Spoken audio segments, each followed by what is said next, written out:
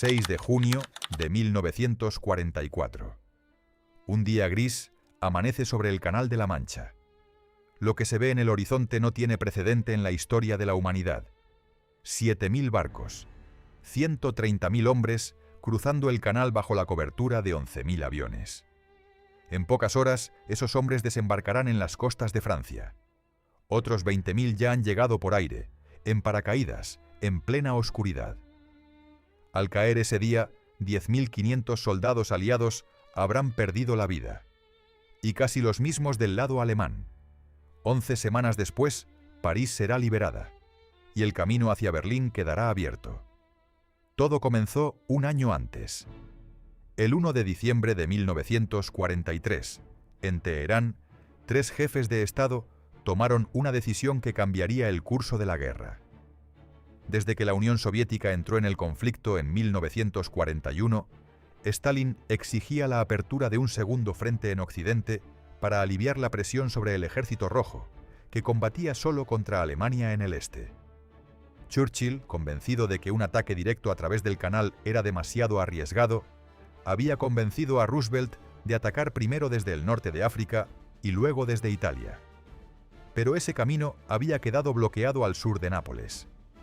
Roosevelt, que quería acabar con el Reich lo más rápido posible, ya no puede seguir esperando. Churchill no tiene otra opción que resignarse.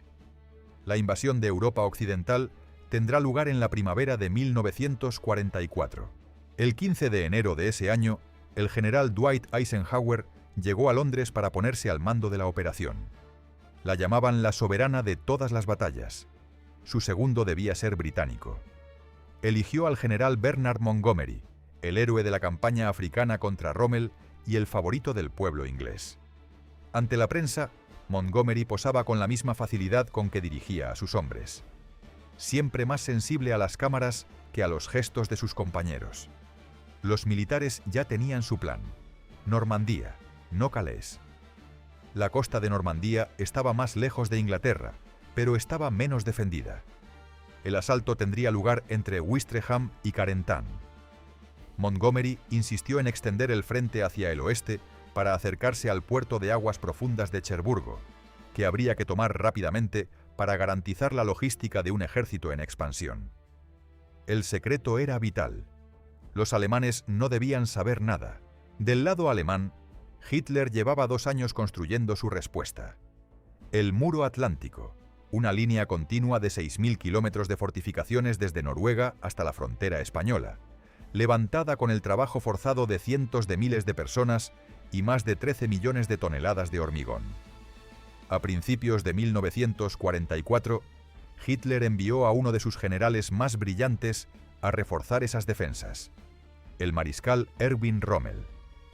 El zorro del desierto llegó a Francia convencido de que la aviación aliada paralizaría cualquier movimiento de blindados una vez iniciado el desembarco. Por eso quería posicionar los tanques lo más cerca posible de las playas, para rechazar al enemigo antes de que pudiera establecerse en tierra firme. Su superior, el mariscal von Rundstedt, no estaba de acuerdo. Él prefería mantener las divisiones acorazadas en el interior, listas para converger hacia el punto de desembarco una vez identificado. Hitler no le dio la razón completa a ninguno de los dos. Dividió el mando. Retuvo las reservas más importantes bajo su control personal. Cualquier movimiento de esas divisiones requeriría su aprobación directa. Esa decisión costaría cara. Mientras Rommel sembraba minas y obstáculos en las playas, los aliados construían en secreto algo que lo hacía irrelevante: puertos artificiales. Enormes cajones de hormigón, diseñados para ser remolcados a través del canal y hundidos frente a las playas, formando un primer dique de rompeolas. Plataformas donde se descargarían toneladas de material y miles de hombres. Puentes metálicos flotantes que darían acceso a las costas, sin necesidad de tomar un puerto real. Era un rompecabezas gigantesco ensamblado en los puertos del sur de Inglaterra, pieza a pieza, en secreto. Al mismo tiempo, los aliados alimentaban a la inteligencia alemana con información falsa. Aeródromos ficticios frente a las costas del norte de Francia. Un ejército fantasma supuestamente comandado por el general Patton. el nombre que los alemanes más temían, instalado en el sureste de Inglaterra. Todo apuntando a Calais como destino del golpe principal. Los alemanes lo creyeron. En febrero de 1944, más de 800.000 soldados estadounidenses ya estaban en Gran Bretaña, y los hombres seguían llegando. Jóvenes de Ohio, Kentucky, Utah, que descubrían Inglaterra con sus pubs grises y su lluvia constante. No siempre era fácil para los ingleses dar paso a estos recién llegados, mejor pagados y mejor racionados que sus propios hombres. Pero la guerra une lo que la paz separa. Los entrenamientos continuaban. Tanques desminadores para limpiar las playas, vehículos anfibios para cruzar el mar, ejercicios de desembarco en acantilados que se parecían a los de Normandía, con fuego real. Los aliados ya habían perdido cientos de hombres en formación antes de que comenzara la batalla. El sargento Desmond O'Neill, 20 años, camarógrafo del ejército británico, preparaba su cámara entre sus compañeros. «Mi cámara fue bienvenida», diría después. «Los distrajo. El 1 de junio, los campamentos fueron cerrados. Los hombres aislados de la población civil para evitar escapes. Solo entonces supieron muchos de ellos que su destino era Normandía». Eisenhower había elegido el 5 de junio. Necesitaba coincidir con una noche de luna, una marea media alta al amanecer y buen tiempo suficiente para cruzar el canal. El 4 de junio, cuando los primeros barcos ya habían zarpado, se desató una tormenta. Eisenhower ordenó regresar. Los hombres, encerrados en sus embarcaciones con el mar agitado, esperaban sin saber nada. Había un sentimiento de amarga desilusión, recordó O'Neill. Todavía no sabíamos a dónde íbamos, excepto que teníamos que cruzar el canal. Esa misma tarde, el pronóstico mejoró ligeramente. Se anunciaba una breve pausa en la tormenta para el lunes y el martes. Eisenhower tenía media hora para decidir. Si dejaba pasar esa ventana, la siguiente oportunidad con las mareas correctas estaba 2 semanas después.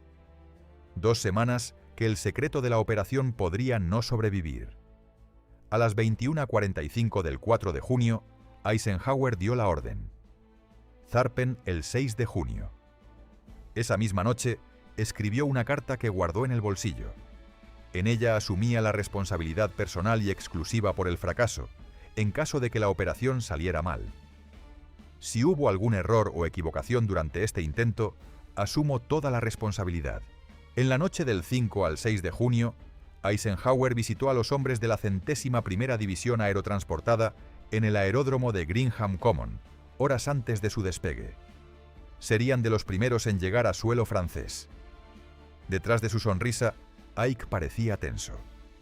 Los paracaidistas, con la cara pintada de negro para no ser vistos en la oscuridad, se daban ánimos entre sí a su manera.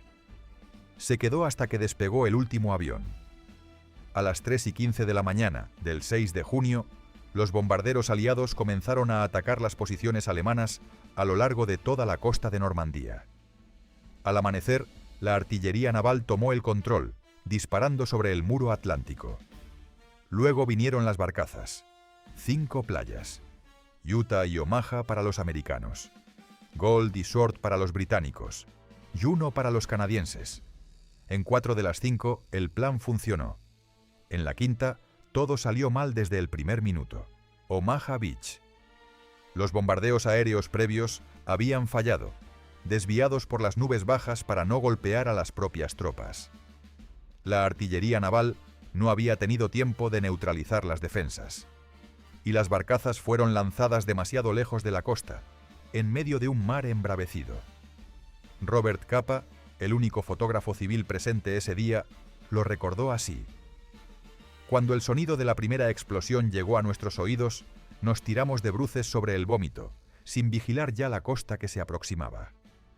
Los hombres llegaron a la arena y encontraron una defensa alemana casi intacta. Las ametralladoras disparaban desde los acantilados hacia abajo.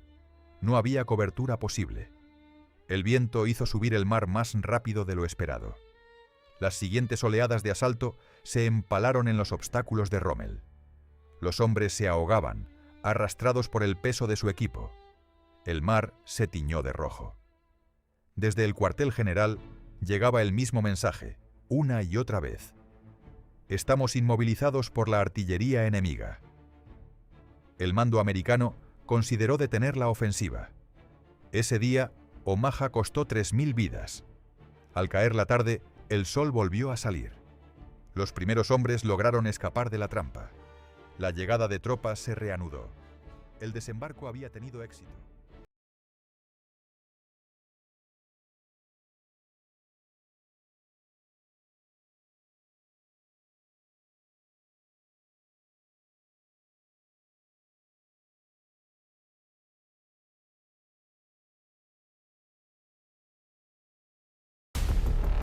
En el sector británico, el sargento Ian Grant desembarcó en Sword Beach entre los 45 comandos reales escoceses.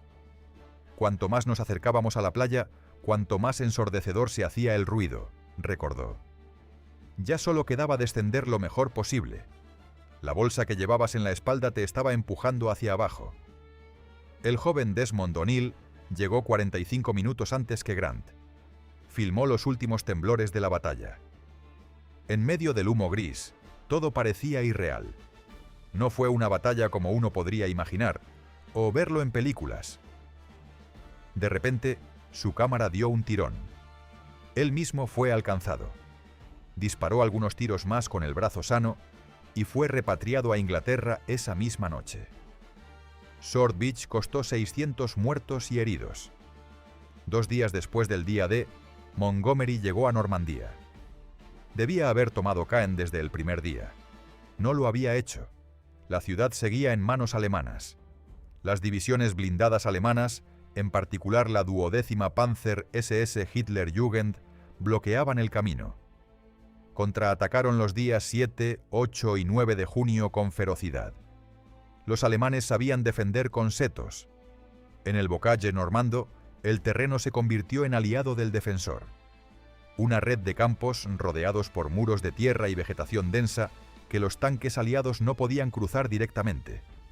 Obligados a circular por los caminos, se convertían en blancos.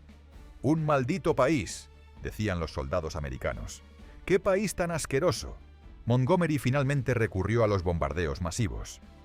Más de 2.500 toneladas de bombas sobre Caen. El 13 de julio entró en la ciudad, o lo que quedaba de ella. 3/4 partes destruidas. Le había llevado más de un mes tomar lo que esperaba conquistar el primer día. Mientras tanto, los americanos intentaban romper el frente en el Cotentin. El 25 de julio, la Operación Cobra abrió finalmente la brecha. Los bombardeos destruyeron la división blindada del general Lehr. Los tanques equipados con cuchillas para cortar setos pudieron avanzar. Coutances, Avranches, Granville cayeron uno tras otro. El general Patton, al frente del Tercer Ejército, se precipitó hacia Le Mans. La maniobra que Bradley había estado preparando durante semanas se puso en marcha. Rodear al ejército alemán entre las fuerzas americanas por el sur y las británicas por el norte, cerrando la trampa entre Argentan y Falaise. Los alemanes intentaron un último contraataque en Mortain, con la esperanza de llegar al mar y partir al ejército aliado en dos. La ofensiva, planeada por el propio Hitler, fue detenida en pocas horas por los aviones aliados. Fue la última ofensiva alemana en Normandía. Falaise. Eisenhower escribió después: «El campo de batalla fue sin duda uno de los lugares de mayor matanza que ningún sector de la guerra había conocido jamás. Podíamos avanzar cientos de metros sin interrupción, literalmente caminando sobre nada más que carne muerta y podrida. Entre 5 y 6.000 alemanes muertos, 30 o 40.000 prisioneros. El 19 de agosto, París se rebeló antes de que llegaran los aliados. La Wehrmacht ya evacuaba la ciudad en dirección al este. El 25 de agosto, la segunda división blindada francesa del general Leclerc entró en París. Recibió la rendición alemana de la capital. Ese día, el hombre del 18 de junio ganó su apuesta. El 26 de agosto, De Gaulle desfiló por los Campos Elíseos. Eisenhower hizo desfilar también a sus tropas americanas, que continuarían la lucha hacia el Reich. 11 semanas después del 6 de junio, París era libre. Todos esos hombres que cruzaron el canal un día gris de junio, la mayoría de ellos con 20 años, procedentes de Ohio, de Kentucky, de las Highlands escocesas o de las praderas canadienses, habían cumplido lo que parecía imposible. Quienquiera que seas, perdido entre los tuyos en aquellas playas, gracias por siempre.